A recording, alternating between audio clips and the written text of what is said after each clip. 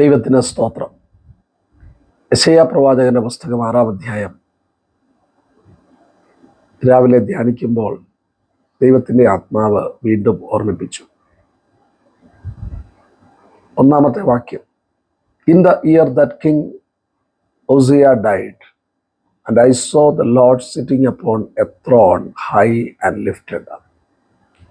ഉസിയാവ് മരിച്ച ആണ്ടിൽ കർത്താവ് ഉയർന്നും പൊങ്ങിയുമുള്ള സിംഹാസനത്തിൽ ഇരിക്കുന്നത് ഞാൻ കണ്ടു. ഉസിയ രാജാവ് 50 വർഷത്തിലധികം രാജാവായിരുന്നു. But he died. അയാൾ മരിച്ചു. ലോകത്തിലെ എല്ലാ രാജാക്കന്മാരും മരിക്കും. എപ്പോൾ മരിക്കും? ദൈവം അവർക്ക് നിശ്ചയിച്ച സമയത്ത് അവർ സിംഹാസനത്തിൽ നിന്നും ഇറങ്ങും. അവർ എത്ര മിടുക്കന്മാരായിരുന്നാലും, എത്ര തന്ത്രജ്ഞന്മാരായിരുന്നാലും, എത്രമാത്രം കഴിവുകൾ ഉപയോഗിച്ചാലും എന്നെന്നും ഇരിക്കുന്ന സിംഹാസനം അവരുടേതല്ല. ഉസിയാവ് മരിച്ചയാണ്ടിൽ കർത്താവ് ഉയർന്നും പൊങ്ങിയുമുള്ള സിംഹാസനത്തിൽ ഇരിക്കുന്നത് ഞാൻ കണ്ടു. ഉസിയാവ് ഒരു കുഷ്ഠരോഗിയായിട്ട് മരിച്ചു. എന്താണ് കാരണം? He did not honour the real God. ഉസിയാവ് സത്യ ദൈവത്തിന്, യഥാർത്ഥ രാജാവിന് വേണ്ട റെസ്പെക്റ്റ്, ബഹുമാനം നൽകാതെ ഇരുന്നപ്പോൾ അതിൻ്റെ ഭവിഷ്യത്തുകൾ താൻ അനുഭവിക്കേണ്ടി വന്നു. ഏത് രാജാവും, ഭൂമിയിലെ ഏത് രാജാവും, ഏത് ഉന്നത സ്ഥാനത്തിൽ ഇരിക്കുന്നവർ, അവരെത്ര തന്നെ ശക്തിമാന്മാരായിരുന്നാലും ഒരു ദിവസം സിംഹാസനത്തിൽ നിന്നും അവർക്ക് ഇറങ്ങേണ്ടി വരും. എന്നാൽ ഇവിടെ ഒരു രാജാവിനെ യെശയ്യാ പ്രവാചകൻ കാണുന്നു. ഉയർന്നും പൊങ്ങിയുമുള്ള സിംഹാസനത്തിൽ ഇരിക്കുന്ന രാജാവ്. He is not a king, but he is king eternal.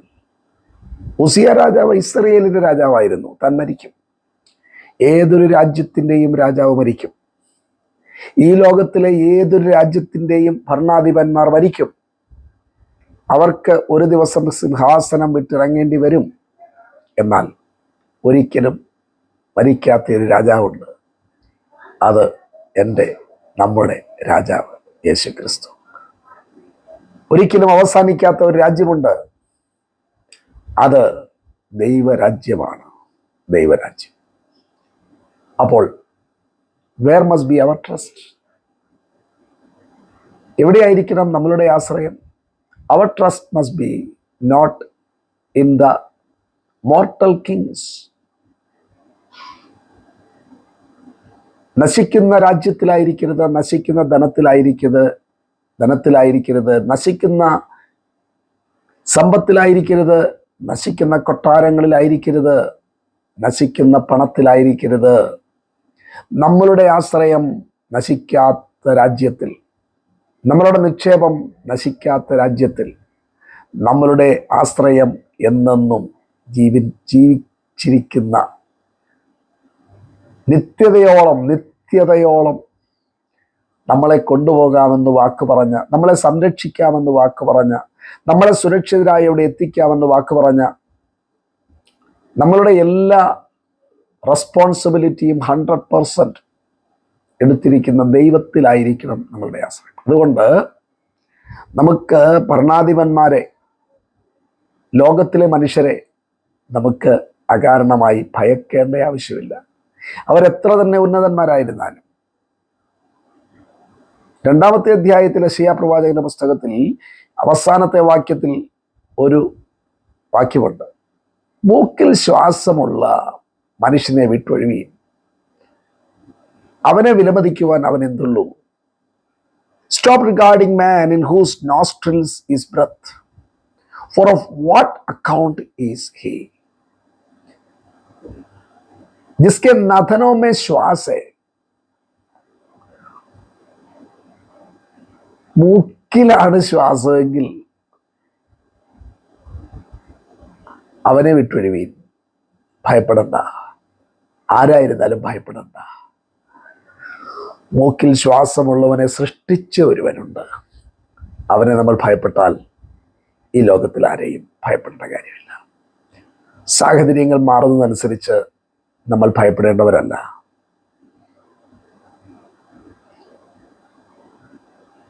ദൈവത്തിൻ്റെ സിംഹാസനമാണ് ഉയർന്നും പൊങ്ങിയുമുള്ള സിംഹാസനം. High and lifted up. 29-ാമത്തെ സങ്കീർത്തനത്തിൻ്റെ 10-ാമത്തെ വാക്യത്തിൽ യഹോവ എന്നേക്കും വാഴുന്നു. എന്നേക്കും വാഴുന്ന ദൈവത്തെ നമ്മൾ അവിടെ കാണുന്നു. A throne of glory. മഹത്വത്തിൻ്റെ സിംഹാസനം. ആ സിംഹാസനത്തിന് മുൻപിലായിരിക്കണം നമ്മളുടെ ആരാധന. നമ്മളുടെ ആരാധന ലോകത്തിലെ എന്തെങ്കിലും വസ്തുവിനെയോ മനുഷ്യരെയോ പൊസിഷൻസിനെയോ ഒന്നും ആയിരിക്കരുത്. സ്ഥാനമാനങ്ങളെയോ ഒന്നും ആയിരിക്കരുത്. അതിൻ്റെ മുൻപിലല്ല. അതിനെയല്ല നമ്മൾ ആരാധിക്കേണ്ടത്. അതിനെയല്ല നമ്മൾ മനസ്സിൽ കൊണ്ട് നടക്കേണ്ടത്. അതിനല്ല നമ്മൾ പ്രാധാന്യം നൽകേണ്ടത്. there is an eternal glory. there is an eternal throne of glory. മഹത്വത്തിൻ്റെ സിംഹാസനം. And A throne of government. അതെ, നമുക്ക് ഒരു ശിശു ജനിച്ചിരിക്കുന്നു. ആധിപത്യം അവൻ്റെ തോളിലിരിക്കും.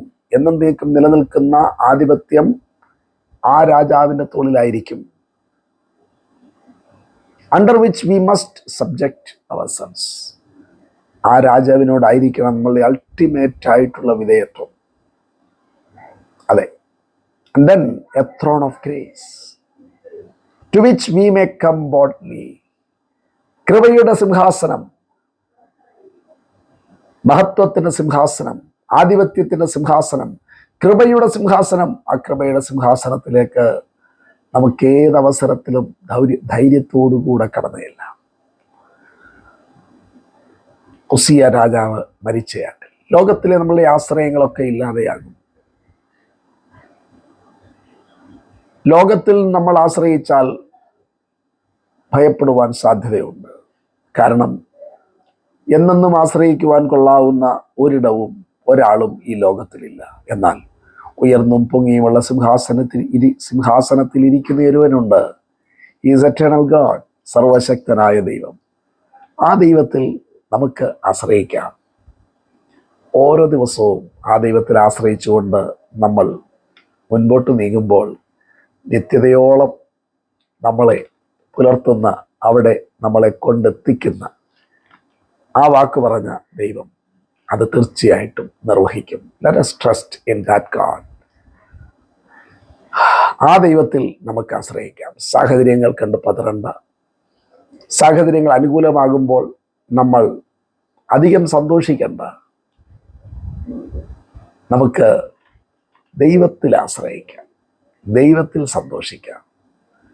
ആ ദൈവം മതിയായവനാണ്. He is the only one in whom we can trust always. God bless you.